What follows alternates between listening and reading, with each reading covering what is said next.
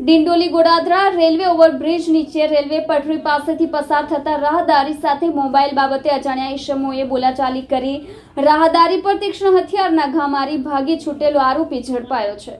ગત 31મીના રોજ રાત્રિના 11:15 વાગ્યાના સુમારે ડિંડોલી ગોડાદરા રેલવે ઓવરબ્રિજ નીચે રેલવે પટરી પાસેથી પસાર થતા રાહદારી સાથે મોબાઈલ બાબતે અજાણ્યા ઈસમોએ બોલાચાલી ઝઘડો કરી રાહદારીને શરીરે તીક્ષ્ણ હત્યાના ઘા મારી ગંભીર ઈજાઓ કરી અજાણ્યા ઈસમો ભાગી ગયા હતા। જે વણશોધાયેલા ગુનાને શોધી કાઢવા સારો પોલીસ કમિશનર શ્રી અનુપમસિંહ ગેહલોતને સૂચના અને માર્ગદર્શન આપ્યું હતું।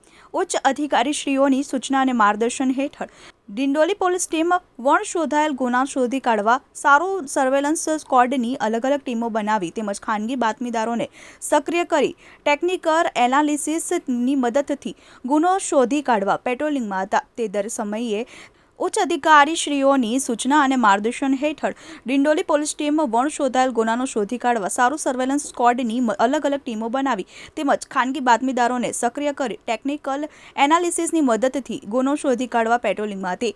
તે દરમિયાન મળેલી બાતમીના આધારે રાજદીપ ઉર્ફે દીપક પંડિત નાને ઝડપી પાડ્યો હતો અને ત્યારબાદ બાકીના આરોપીઓને સર્વેલન્સ ટીમના માણસોએ એકબીજા સંકલનમાં રહી વણશોધાયેલ ગુનાને ગણતરીના દિવસોમાં શોધી કાઢી સારી અને પ્રશંસનીય કામગીરી કરી હતી। કેમેરામેન હકીમ શેખ સાથે વસીમ હાસમીનો રિપોર્ટ, આઝાદ ન્યૂઝ, સુરત।